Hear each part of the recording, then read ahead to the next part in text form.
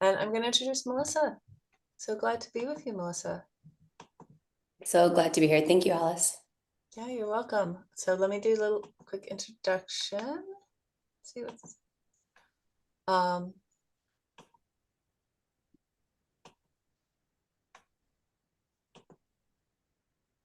so Melissa Shah is is a yoga therapist and the founder of Find Your Breath. Melissa is they is a yoga therapist, community builder, and public health advocate. She's a first generation Indian American and skilled at adapting yoga practices to the individual. Melissa focuses on decolonizing how we practice yoga in the West through connection to inner knowing, dismantling disparities in wellness spaces, and reclaiming representation. What is PGM? People of the global majority. For for yoga practitioners who are people of the global majority. Melissa holds a master's degree in public health from Columbia University. I had a career in public health. She currently offers individual yoga therapy and Ayurvedic support and promotes public health by bringing yoga into schools and clinical settings. She facilitates rest retreats and teaches immersion style learning through a holistic lens. Welcome. Welcome, Melissa. So glad to have you here. Me too. Thank you. Yeah, you're welcome. Okay, got it. Somebody's letting me know they are listening but not participating. Clear. Great. Or great that people are participating on all the levels that they are. So Melissa, uh, you've got these great, yeah, okay. You've got these great questions about how yoga makes a difference. And I'm also a little curious about the whole decolonizing yoga. Like what, well, I guess I'll ask you, where would you want to start? You want to start with talking about sort of like why yoga, or do you want to give us a little bit of context of decolonizing yoga, like what that means? And I trust you. I'm okay, great. You can start. Yeah. yeah. So, tell us about how you see decolonizing yoga, why there's a need to decolonize yoga, and what that means. Yeah. Yeah. Thank you, Alice. So hello everybody. And this term decolonizing yoga has definitely picked up some momentum, especially in the last 10 years or so. And it's um when I say picked up momentum, I mean people in like Western culture are starting to pay attention. And um it's really because of more and more practitioners, not only South Asian, but other um, practitioners like PGM people, the global majority, have been like really paving that way and like having these conversations and being willing to, have conversations that many find uncomfortable. And so I'm so grateful to them. And when I say decolonizing yoga, I think we have to talk about context and like where we are. And that if we think about yoga as a practice or as like a way of being or a lifestyle, it doesn't really need any decolonizing. It just exists, right? Those are the practices. But the meaning we make of it and how our Western culture interprets it, how dominant culture influences it, how it gets passed down. Um, that's the piece, that many of us, myself included, are really paying attention to. And I think for me, growing up with these practices in many ways, like thanks to like, especially like my maternal side of the family, this wasn't always a conversation I was having. Um, I didn't really even step into a yoga studio until I was in my 20s. And I've been practicing since I was like a little kid. So going into a studio when I was in grad school at Columbia in New York, I had, you kind of broke. I'm like living with my cousin, and I was like, I don't really have space to practice. And I was like, it's a great opportunity to like try to find other community spaces. And at this point, I had only practiced like either in my house or at my teacher's house or, a family friend or something. And so when I remember walking into a studio for the first time, it was like a culture shock, you just feel like, what are all of these props? I don't understand. And, then I understood that the tradition I grew up in was also just different. But I think the biggest thing I noticed was like language and representation. Hmm. And um, I remember my response to it, instead of like, asking questions, my response was like, oh, I just don't belong here. Or like, if I do want to teach, in New York and I want to teach at a studio, I'm going to have to take trainings that like where I can look like them or I can talk like them. Because if I try to offer basically something that was like too Indian or like too traditional, people weren't going to value it or connect to it. And I Mm-hmm. think, that was a long time ago, and it's been a long journey since then. And at that time, I was even really thinking about, all these cultures sort of like not necessarily clashing, but just like meeting in that moment. And I remember just feeling so uncomfortable and like out of place and just feeling really angry, but I didn't have any language for that.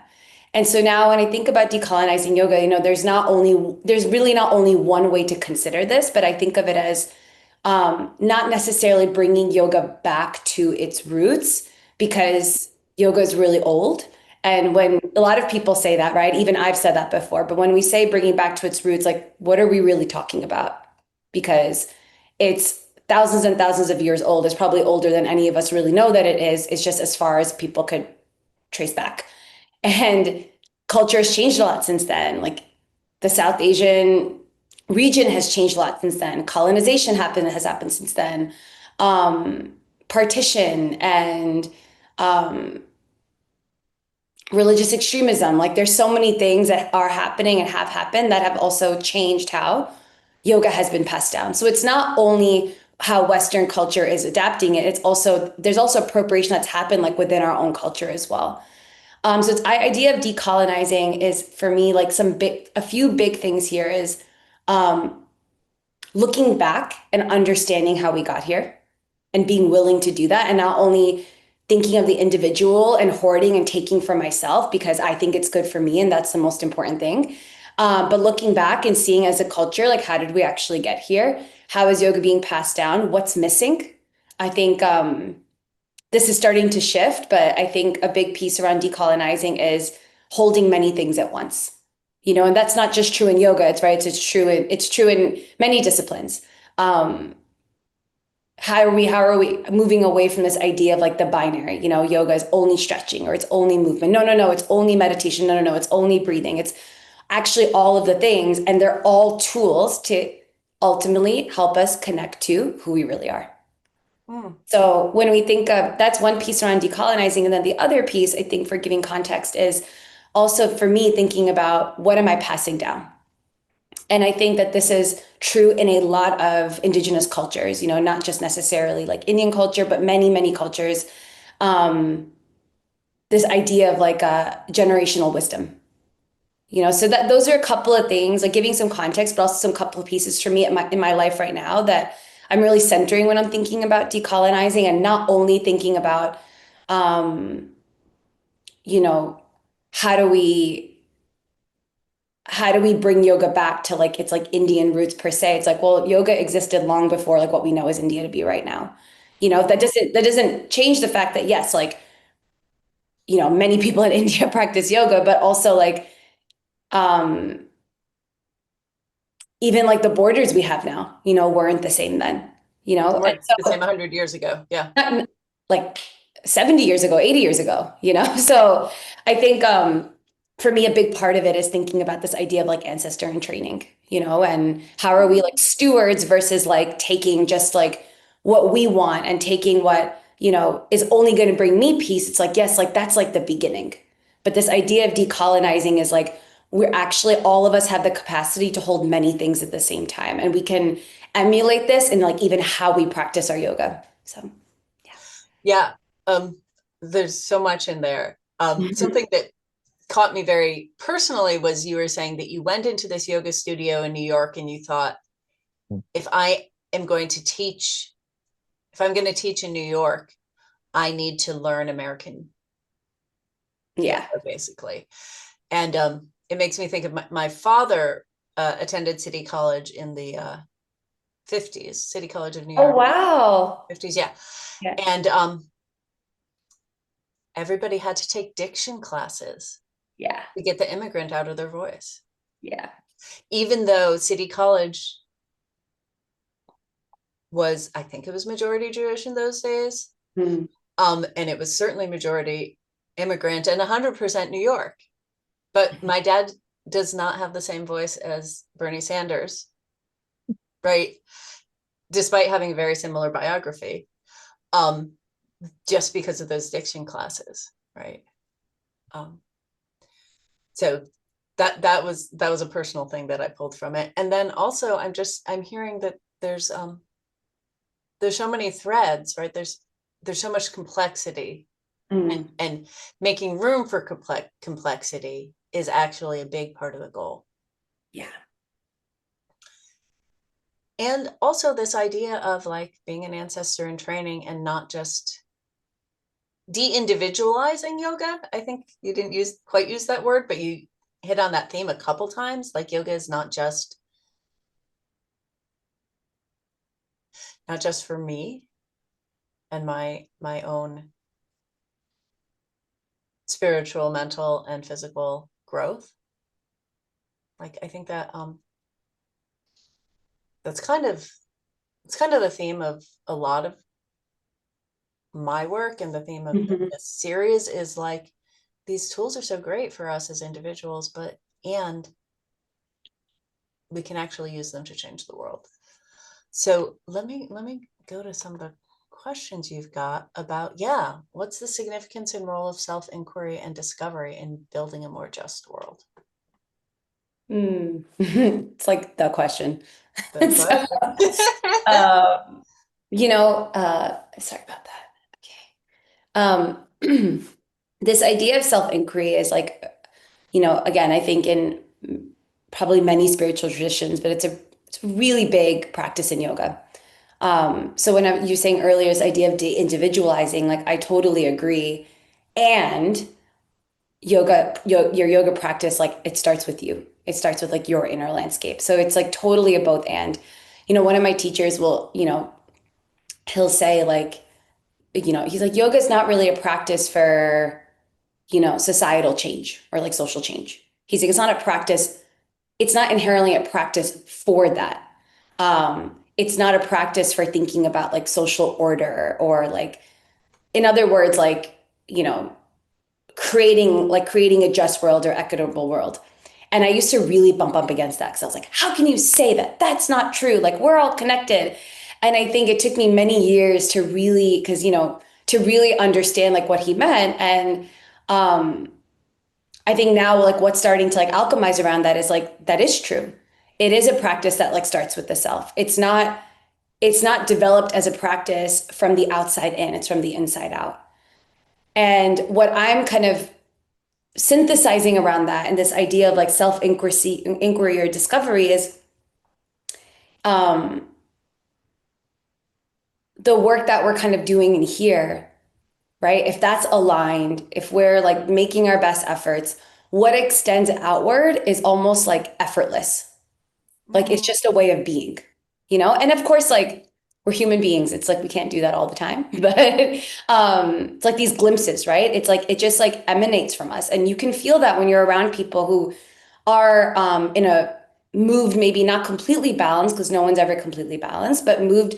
They're moving more in that state of like regulation, right? You can feel that from them.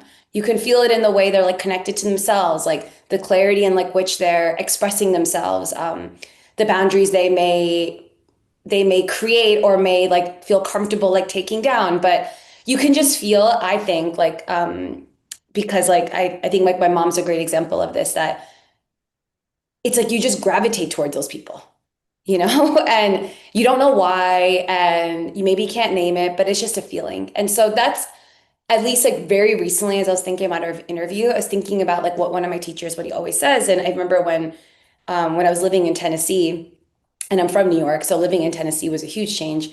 Um, and shortly after we were living there, maybe like less than a year, that's when Trump was first elected. And I just remember like just feeling like, wow, I didn't realize what kind of bubble I was in New York. I just didn't, just like don't know what you don't know. And I remember I was in a training with him at this time. Uh, yeah, it's about almost 10 years ago. This With is with the teacher who says hmm yoga is And not I social. remember I had so much fire in me. Like I organized a protest in Nashville for like Human Rights Day, which like there was no protest for that at that time. This is before like, there was this whole like resurging or uprising of like big protests, and that was just like now a part of our culture.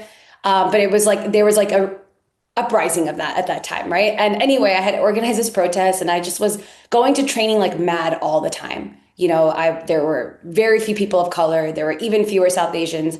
And I just remember being like, nobody understands, like why is nobody paying attention and nobody's reading the news and all of those things were true. Yeah, but my experience of that was like outside in. It was like I What's wrong expect with you to do, them? I expect you to do that. You're not doing enough of this. And it was really a reflection at that time of like those things were true, and there are imbalances in our society about who does labor. That's true. And at that time, I didn't realize that like that was actually like an inner dialogue I was having with myself. Like, why aren't you doing more? Or can you show up more? It has to be perfect, XYZ. So I remember at that time asking my teacher about this, like what role does yoga have here? Because like what the hell is happening right now? Um and I was, and I remember him just saying like, he's also like changed and evolved since then, but I remember him just saying some of what I'm sharing now. And I just remember being like, I don't think I can go back to this training. Like that's it. This isn't the right place for me. I can't be around like people who think like that. And now 10 years later, he'll say like something similar. And now I'm like, oh, I get it. It's because this idea of self-inquiry and discovery means that you're drawing inward first to understand like like what is my experience of the world? Like I have to be pretty clear on that. And when I'm out of balance, which I know we'll talk about in a second, how does that actually show up for me? Not just in terms of how I talk, but like in yoga, we have this model called the Pancha Maya model, and Pancha means five, and Maya means like dimensions. And so this idea that our physical body is made up of these five dimensions, and they go from your physical structure all the way to your emotions. And the idea is that every dimension is influencing each other at the same time. So it's, even though it sounds linear, like gross to subtle, it's not quite linear, right? The entry point for something could be grief, but then it affects how you feel in your body, right? For example. And now I'm starting to like get like a deeper understanding of like, well, if all of us have the space and the resources and the energy to actually tap into that, it doesn't mean we're perfect all the time. It doesn't mean we're in balance all the time, but there's a lot more clarity and space to understand. Well, when Alice said this in the interview, I could feel myself responding this way. And if I can feel that, then I can be like, hey, can we take a minute to pause? I just need a second. Rather than continuing to speak or operate from this place of like lack of clarity or letting like one of those um dimensions say something happening in my mind, like just letting that lead without really understanding why. And it's subtle and it's nuanced and it's hard, but this is the piece around self-inquiry and discovery that I'm understanding now with like progress, and social changes. In some ways, to me, it's like the most important thing. But I think the hard part is that with the disparities like in our culture, not everyone has like equal access to have room to do that. So I'll pause there for now, but yeah, Well, curious. yeah, no, I've got such a choice point here because like I have a follow-up question, you have two more questions, you want to do an exercise. um and we're halfway through, more than halfway through. Um yeah, I'm gonna ask my question. How did you end up resolving the whole other people should be doing more? Yeah. Because I think actually that's incredibly common for activists and 100%.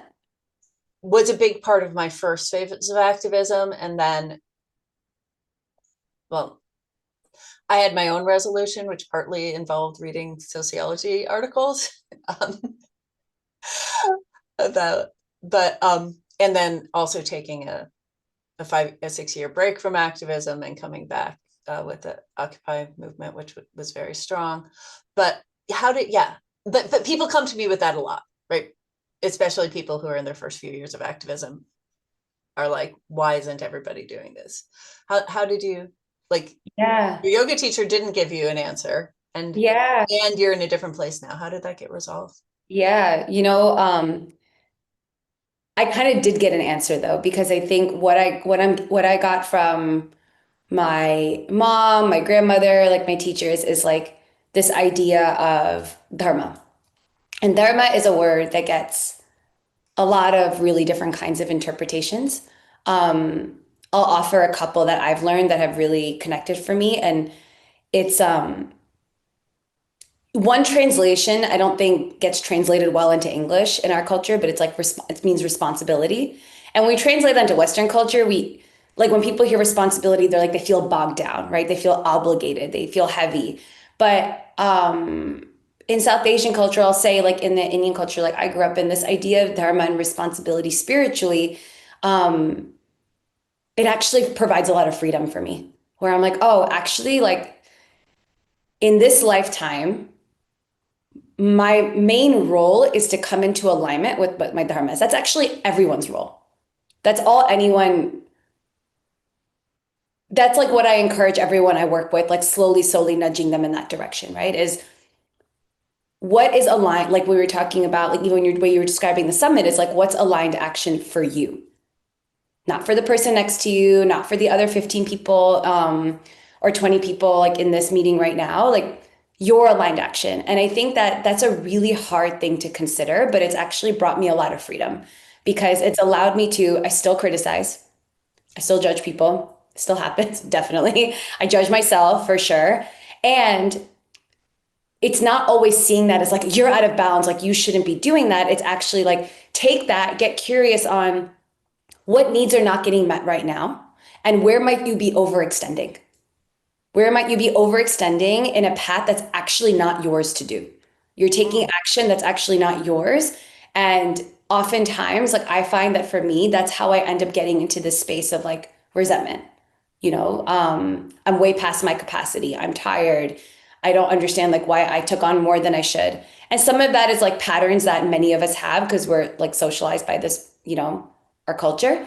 But another piece of it is if we don't have the space and the support to get clear on what are my responsibilities right now, and it's not only with like the world and our collective. Sometimes it's like your family structure, what's your role in your family right now?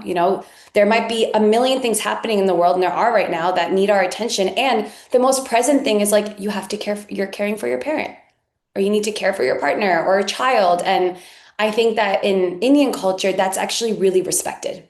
This idea of like in householder life, like you have like or in general it's like you really have to take a step back to understand like what are my identities and roles right now in this season of life, and mm, it's not just what I do for other people but like what responsibilities do I have toward myself. To me I feel like that's a really big first step, and getting the support to be able to accept some of that. And then another piece of that in terms of dharma, like more big picture, is purpose. And purpose, like, it can seem really big because it is. But there's also like short-term and long-term purposes. There's like day to day. And I think for what's been useful for me and people I work with is like thinking about what's the low-hanging fruit right now. You don't have to know the entire path. It's just getting a sense of like, what is the next right aligned action for me? And how do I identify and understand that that is the aligned action? So mm, that's where yoga practices can come into play, right? To get really in tune with that, to understand like, well, when I take action from a place that's out of alignment, let me call on previous experiences to understand like, how did I respond to that? What kind of impact did that have? And then can I pull from previous experiences of like, oh, this just felt like I just knew that was the right thing. It wasn't easy. It maybe made people mad, right? But I just knew that without a doubt, that was the right thing. And I think both of those sides of the same coin can be super, super useful because sometimes when we think about aligned action or dharma, it's like seen as like really positive, right? Like you're going to feel so peaceful when you fulfill your responsibility or you know what's right for you.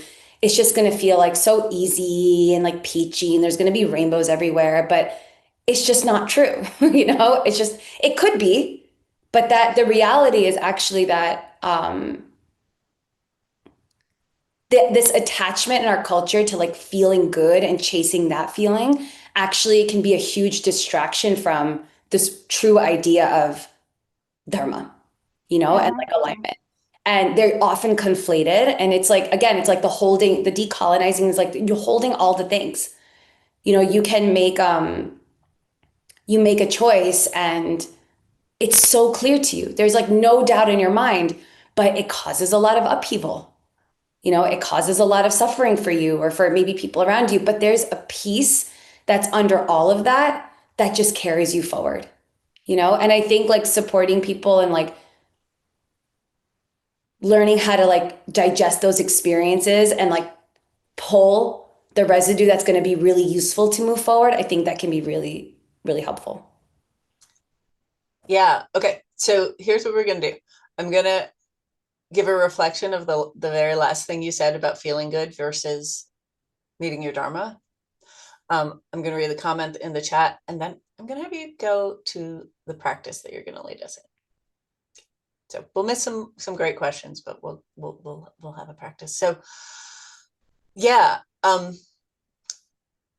like the extreme of chasing feeling good is addiction, right? It's substances, video games, just pleasant things that are pleasant versus things that are fulfilling and meaningful. And I'm thinking of again when I was in the wait, no, maybe I didn't mention this. When I was in the Occupy Wall Street movement, I was with a partner at the time, and we encountered three police evictions, at two different encampments. One of them was actually evicted 3 times because we had good lawyers who stopped the eviction in the middle. And at the second eviction, the third one we attended was really intense. There were bulldozers and dump trucks, and they were picking up all the homeless people's tents, and like we knew that like it would want a lawsuit, would want an injunction, but the city at first wasn't recognizing it, and they did partway through. Yeah, my ex jumped into a dump truck to throw people's tents out so that the tents would not be taken to the dump. And she got thrown on the ground, you know, by two police officers from being on top of the back of the truck. So it was like a good 5 to 8 foot fall. You know, mildly injured her neck, went to jail, for the day, and had a lot of court cases to follow up on it. None of that was pleasant, Yeah. but it was so clearly the right thing to do, the thing for her to do. It was aligned action. And um, and people got their tents back, not at that moment, not because she got arrested immediately, right? But everybody's like, what? Sarah got arrested? What do we want to do? Should everybody go to the jail? I'm like, no, everybody should stop that truck and get the tents out of it. And 100 people went over to the truck, like 40 of them in front, 3 of them, or half a dozen of them on it, half a dozen talking to the police official, this police and public works officials. Point is, it worked. She would never say, oh, the sacrifice wasn't worth it, or even that it was terrible. She's like, yeah, it's fine. They gave me a bologna sandwich. And it's very different from what she would do if she just wanted to have a pleasant experience and chase a good feeling. Yeah. Yeah, it's so clear. Thank you. You're welcome. So yeah, let's go. Oh, actually, let me read what's in the chat, and then let's go to Um, so a couple comments from CG. That's the world I wish to live in, where the inhabitants are self-reflective to better show up in the world and think less about imposing upon others what they themselves value. There's so much choicefulness in what was described with Dharma as responsibility, purpose, meaning.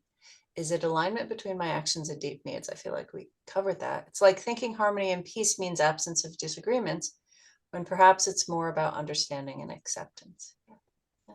Things don't have to be smooth. Ah, Melissa, what would you like to lead us in? Bit of a check-in and then a little bit of sound, if y'all are open to it. All right, you people with your cameras off and your microphones off. How do we know if you're up for it? Um,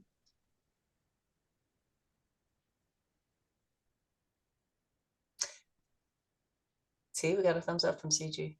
And we'll be seated the whole time too. So Um, yeah, let's do it. Let's do it. We'll let my voice speak for the quiet voices. Go ahead. all right. So as you adjust into a comfortable seat wherever you are, just take a moment. If you're somewhere where you can add maybe pillows or cushions to just maybe add in any props that are going to allow your hips and your back to be more supported so that you're not exerting a lot of effort to be seated where it's not needed.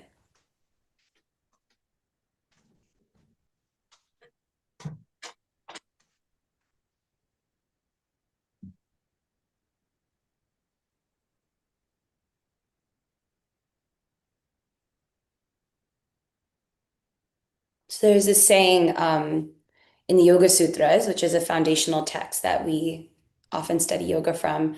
And the first chapter, the fourth sutra, just literally says, either you're being led by the fluctuations of the mind, or rather, either you're being led from your inner knowing or your true nature, or you're being led by something else.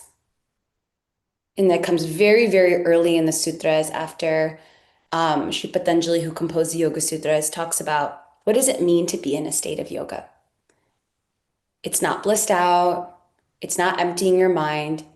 It's practicing sustained attention in a specific direction. And what happens from that? Two results, clarity and discernment. And if you're not operating from that place of clarity, aka your inner knowing, then you're operating from somewhere else. And the implication here, or the assumption here is when they say that is something external is leading you.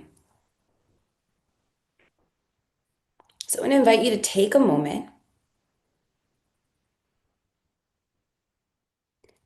to start to check in.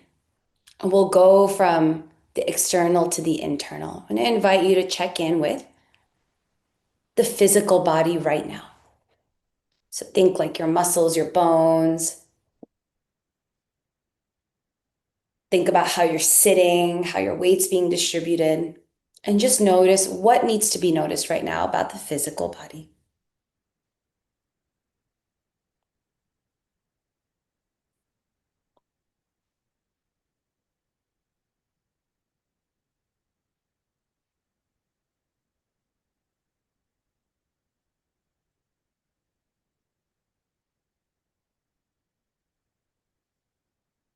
Now shifting your attention a little bit inward now to the second dimension where your life force and your breath reside.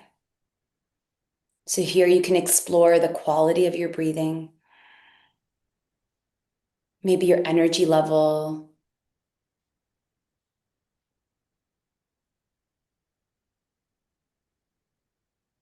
just asking yourself what needs to be noticed.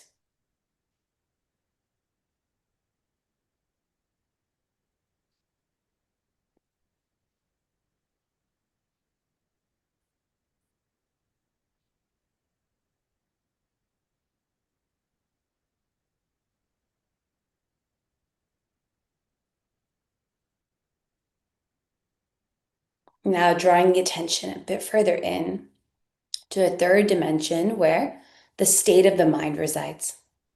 So, here I invite you to notice just how the mind is functioning in this moment. Try not to get caught up in what you're thinking about or how you're feeling, but just more generally, does the mind feel focused? Does it feel distracted? Does it feel sharp or foggy?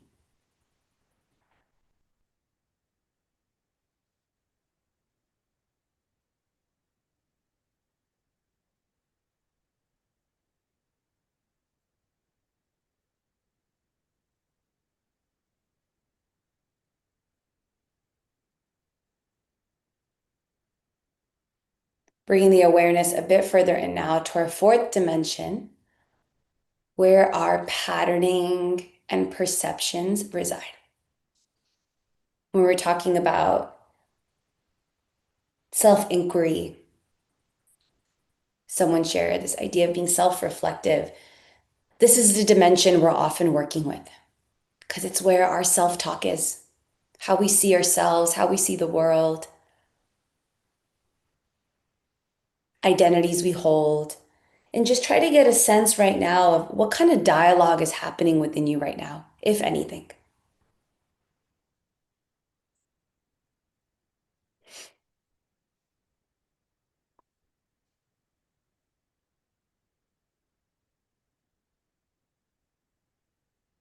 What expectations do you have of yourself when thinking about building a more just, equitable world? What expectations might you have of others?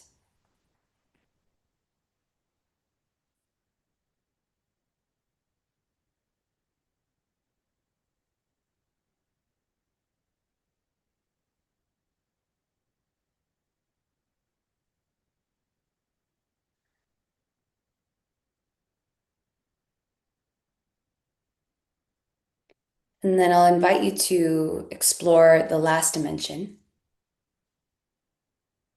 the fifth one, where your emotions reside. So, checking in, are there any emotions present for you right now?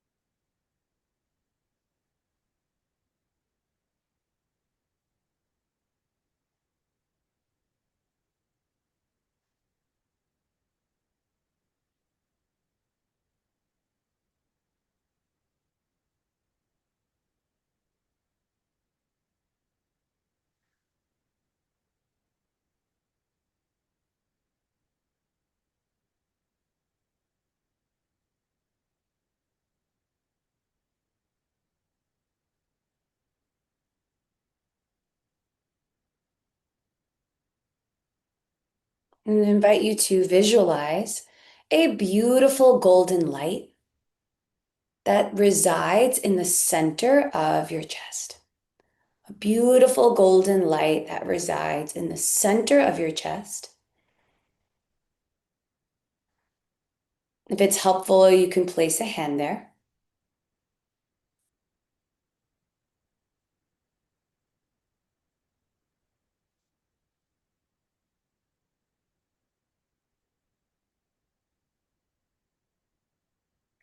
Let this light represent your inner knowing, your true nature or spirit,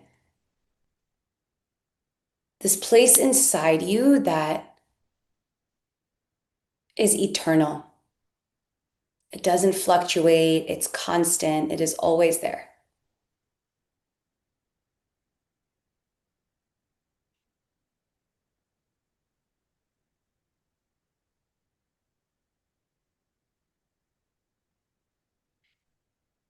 As you inhale, visualize that light getting bigger and brighter. As you breathe out, Feel the light go everywhere in your body.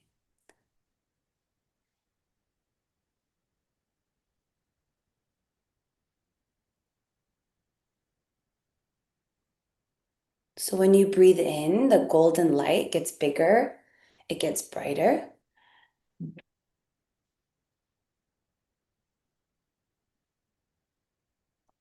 As you breathe out, the light goes everywhere in your body.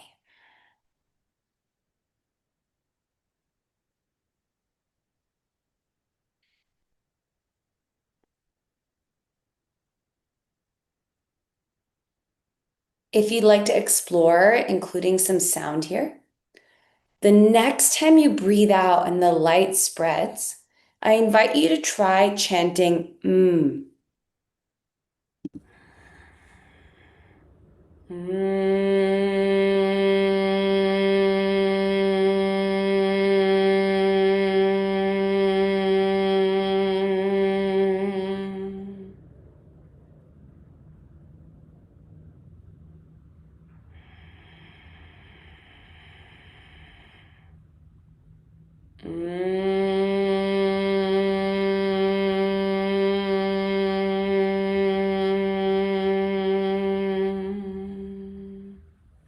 Last time.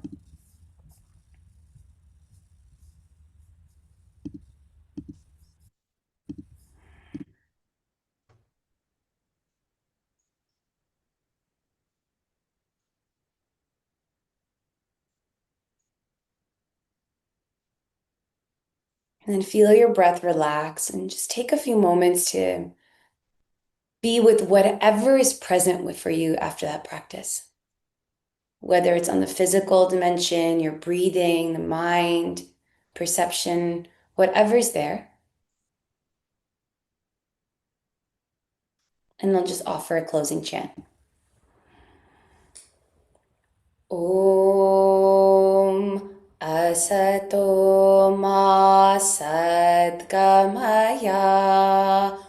Om Tamaso Ma Jyotirgamaya. Om Mrityorma Amritangamaya. Om Shanti Shanti Shanti. So the general meaning of this chant, first line. May I move away from what is not true and be guided toward truth. May I move away from lack of clarity and be guided toward clarity. May I move away from what is material or not permanent and be guided toward what is eternal. And peace in my body, peace in my community, and peace in the world. Thank you, thank you. Great job, everyone. Thank you so much. Thank you. All right. Let's close with Melissa, will you share with us about the free gift you're offering everyone? Absolutely. So, the free gift I'm offering y'all is a free 15-minute practice for back tension and pain. And even if you don't experience back pain, it's an extremely calming, grounding practice to guide you in this direction of what we talked about, of like drawing inward, having more space to and capacity to do that self-inquiry, and to move to a more regulated state. So, I'm really excited for y'all to tap into that and excited to hear just how it feels for you. Thank you so much, Melissa. I invite everybody to show your thanks with an emoji or some either on your reactions or in the chat. It's really beautiful what you brought to us, Melissa, Thank both the you. thoughts and the experience of being of the warmth. Jen, I see you coming off mute. Would you like to say something?